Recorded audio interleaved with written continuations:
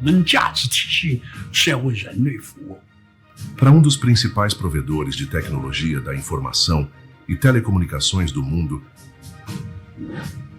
a Huawei conecta e atende mais de 3 bilhões de pessoas, em 170 países e regiões. Em 2024, Brasil marcou um avanço significativo com a implantação do 5G.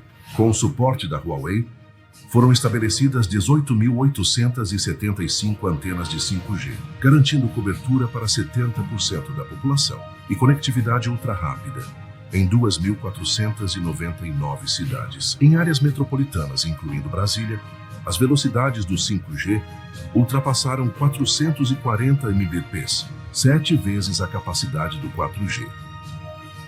Além disso, a Huawei colabora com as operadoras em iniciativas conjuntas de inovação.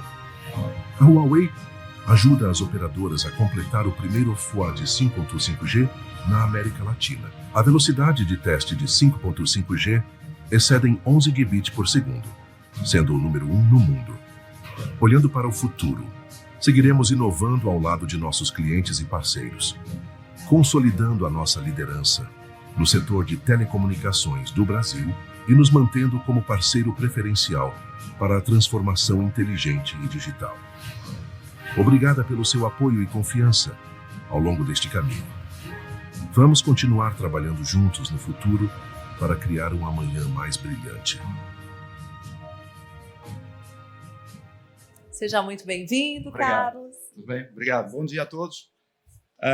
O meu nome é Carlos Roseiro, eu sou o diretor de marketing da Huawei aqui do Brasil.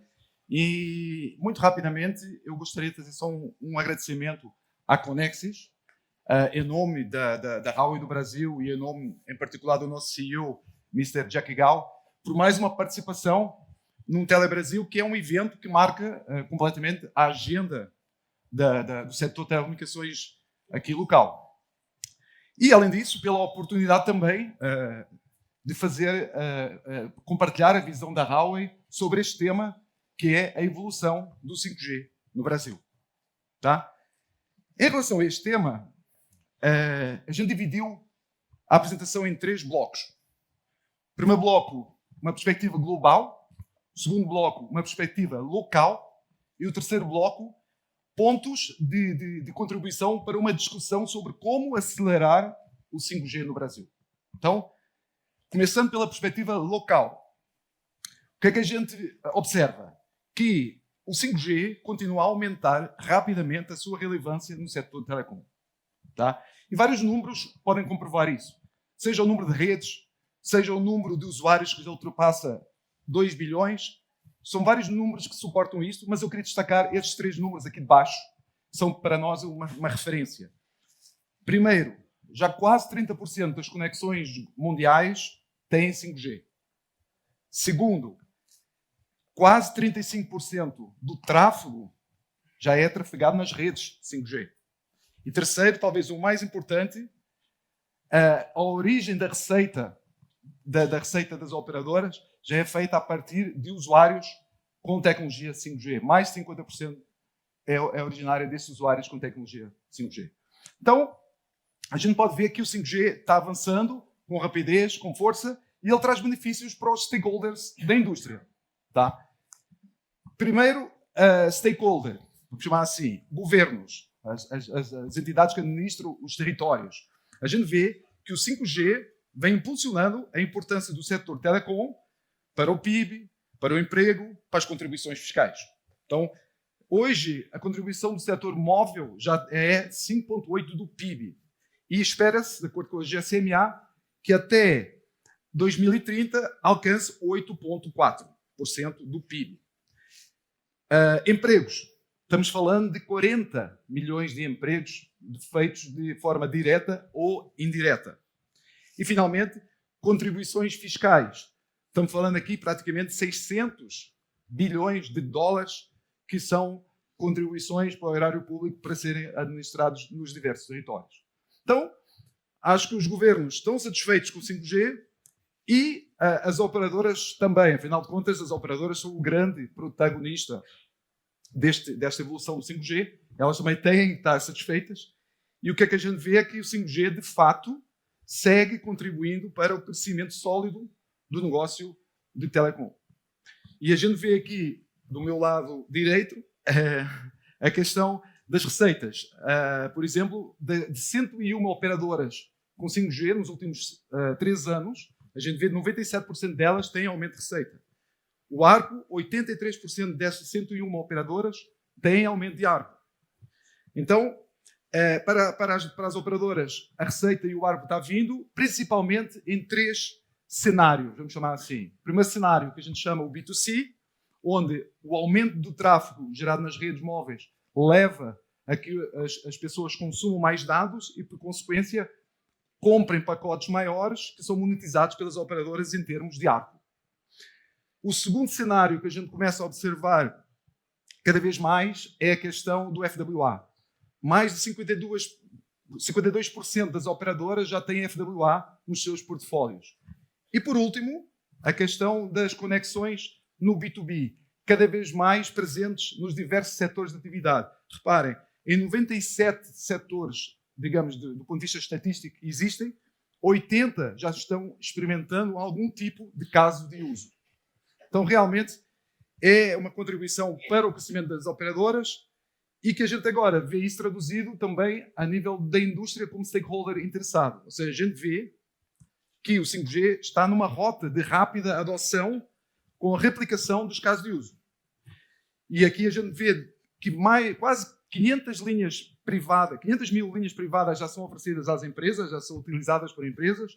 As redes privativas estão crescendo na casa do triple digit, 300% ao ano, ou em 3 anos, perdão. E o mais importante ainda, o que é que a gente destaca? É que os casos de uso que funcionam em alguns setores começam agora a ser replicados de forma global de uns países para os outros, de uns mercados para os outros. Então, esta é a tendência do 5G a nível global. Vamos olhar agora para o Brasil, que é o que está sendo aqui mais focado e tratado. Em primeiro lugar, eu creio que ninguém pode negar que em 3 anos o mercado brasileiro de 5G alcançou um progresso notável. A gente já tem a população coberta, já atingiu 70%. A gente vê que a percentagem de cidades com cobertura 5G já atingiu 45% e quase duplicou em relação a 12 meses atrás. E a gente vê que os usuários 5G já atingiram 23%, também quase duplicados face ao ano anterior, há 12 meses atrás. Então, nesse sentido, progresso muito rápido. E também se viu que no Brasil a experiência aumentou, o consumo de dados aumentou e isso contribuiu para o crescimento sustentável da receita das operadoras locais. Então a gente vê diferença entre 5G e 4G 7 vezes mais rápido. Ora, 7 vezes mais rápido leva a um consumo de dados mais de 2 vezes superior. E 2 vezes superior porquê? Porque as pessoas têm a melhor qualidade de vídeo, as pessoas utilizam mais tempo o seu serviço porque a conexão é mais estável e aí acabam fazendo o quê? Comprando pacotes maiores e as operadoras tiram partido disso e verificaram um aumento do ARPU em 3 anos, na média das 3 principais, em torno dos 25%. Tá? Então, a pergunta agora é, bem, e como é que se compara o Brasil com os outros países? Como é que a gente está na foto, vamos chamar assim?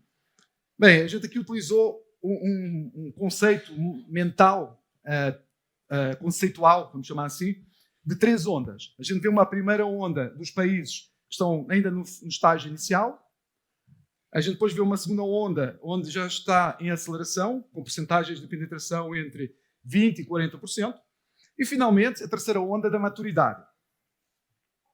Por que é que o Brasil está na fase de aceleração? Porque nas cidades acima de 100K, a gente tem uma penetração já em torno dos 30% acima disso. E, além disso, a gente também o 5G nasce no Brasil com uma vantagem, que as redes já nascem SA, a famosa Release 16. Então, por isso, a gente afirma que o Brasil está preparado para entrar na fase de maturidade do 5G. Isso significa a fase de maturidade com penetrações mais altas, onde o SA já é uma tecnologia que é utilizada de forma não excepcional e onde o 5GA já foi lançado.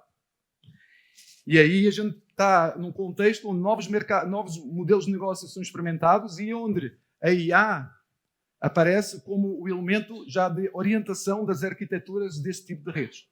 Então a gente vê o Brasil muito em breve entrando naquele grupo mais avançado de redes e de mercados 5G. Agora, se a gente teve este progresso notável, a gente também tem sempre pontos de melhoria. Sempre tem pontos de melhoria. Não é? Acho que não podemos deixar de apontar alguns pontos. E aqui a ideia agora é contribuir com 3 pontos para uma discussão, uma agenda de discussão de como acelerar esta evolução do 5G. O primeiro ponto tem a ver com a cobertura. Ou seja, apesar deste avanço notável em 3 anos, que é inegável, a gente vê cidades de menor população, áreas rurais, rodovias, já foi também aqui citado, elas ainda carecem de cobertura 5G. Se a gente olhar as cidades de cobertura 5G, se eu considerar os 5 cards de todas as operadoras, nas cidades acima de 100K, eu vou ter 5G em todas elas. Eu vou encontrar sempre 5G se eu tiver os três chips, digamos assim. Agora, nas cidades abaixo de 100K, a cobertura ainda tem um gap, não é? A mesma coisa na porcentagem de população, onde as cidades abaixo de 30K, estamos falando de população coberta em torno dos 15%. O número de usuários, que eu falei que acima dos 100K está acima dos 30%, nas cidades abaixo de 100K está com médias de uso bastante inferiores, muito a ver com um ponto que eu vou falar em cima, que é o segundo ponto, que eu já refiro.